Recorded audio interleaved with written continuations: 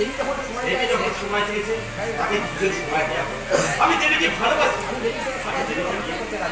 আমি দেবীর জন্য সারা জীবন ওয়েট করবো, কিন্তু দেবী সারা জন্য কাউকে বিয়ে করবো। I promise sir, I promise. হঠাৎ করে তুমি দেবীর বিয়ের ডেটটা পেছনে যাইছো কেন? দেবী চাইছি না তাই। দেবী চাইছে না, তুমি চাইছো যে আমার কোনটা বিয়ে করে সুখী হোক।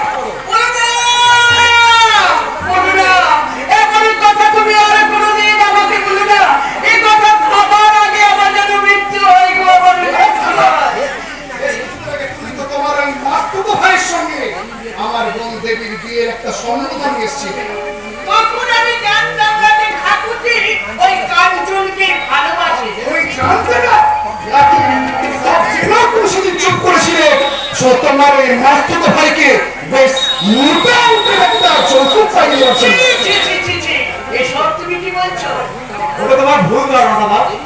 দেবীর সঙ্গে বৌদির মাস্তুতো ভাইয়ের বিয়ের প্রস্তাবটা আমি প্রথম বৌদির কাছে পাঠিয়েছিলাম, কিন্তু আমরা যেদিন জানতে পারলাম কাঞ্চনের সঙ্গে দেবীর একটা সম্পর্ক আছে, তখন বৌদি ওটা নাকচ করে দিয়েছিল।